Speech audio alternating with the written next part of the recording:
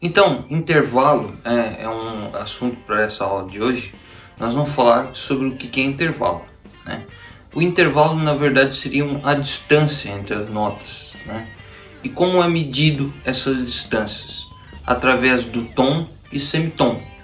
A gente já viu, quando a gente foi montar as notas no braço da guitarra, que dependendo das notas existem alguns intervalos entre elas. Pois bem, esses são os intervalos, né?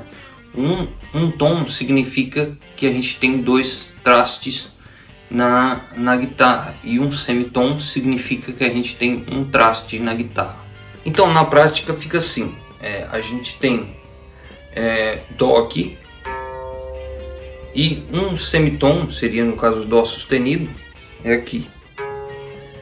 Esse é um menor intervalo que existe entre um semitom de Dó. Aí fica um Dó sustenido. E caso a gente aumente um tom, né, que seria outro tipo de intervalo, a gente teria o Ré. Dó, Dó, Ré. Entendeu? Então a gente tem o Dó sustenido, que é o intervalo de um semitom, e o intervalo de um tom, que é Ré. Dó, Ré. Certo, mas então para que a gente estuda os intervalos, né? Os intervalos servem para a gente saber a hora de montar as escalas, a hora de montar os acordes, né? A hora de a gente montar os acordes, a gente saber o que é um intervalo de terça, o que é um intervalo de quinta, de sétima, de nona, 13ª, enfim, serve para isso, né? Para a gente saber o que são essas nomenclaturas. Então, sabendo disso, você consegue montar suas escalas, consegue montar seus acordes. Então, os intervalos eles são divididos em dois tipos, né? Os intervalos simples e os intervalos compostos, né? A gente vai falar um pouco sobre cada um desses tipos de intervalos e citar alguns exemplos. Então, os intervalos simples significam que eles estão dentro de uma oitava de uma guitarra da música, né? Vamos supor, dentro de Dó até o próximo Dó, ele vai ter um intervalo simples. Vamos supor, um intervalo de segunda, terça, de quarta, quinta, sexta e sétima, e oitava também. Esses intervalos eles são simples e recebem essa nomenclatura por estar dentro de uma oitava. Já o intervalo composto, ele é um intervalo que vai além da oitava. Ele, vamos supor, de Dó a Dó, ele ultrapassa essa oitava. Então a gente tem um intervalo de 13ª, 15ª, 14ª, enfim. Eles ultrapassam esse campo de notação. Eles ultrapassam a oitava da tônica, e então temos um intervalo composto, né? Esses são os intervalos compostos. No desenho aí vocês estão vendo como funciona um pouco desses intervalos. Um exemplo, a gente tem o intervalo de Dó e Mi, né? A gente tem Dó, Ré, Mi, intervalo de terça. Entre Dó e Fá, Dó, Ré, Mi, Fá, intervalo de quarta, e assim por diante. Então, dependendo da nota que a gente toma como princípio, até chegar à próxima nota, a gente tem esses intervalos, entendeu? O intervalo entre Dó e Si, vamos supor. Dó, Ré, Mi, Fá, Sol, Lá, Si, intervalo de sétima, e assim por diante. É muito simples, né? Só que só sabendo disso não é suficiente. A gente precisa saber também que, além de existir esses intervalos entre as notas, a gente tem que classificar esses intervalos em 4 tipos, como os maiores, menores, justos ou aumentado. Então existem ainda mais esse detalhe que você deve ter tomar cuidado na hora de classificar um intervalo. Certo, mas como funciona isso? Então a gente já sabe que para chegar até uma nota, um intervalo entre Dó e Ré, Dó, Ré é um intervalo de segunda, né?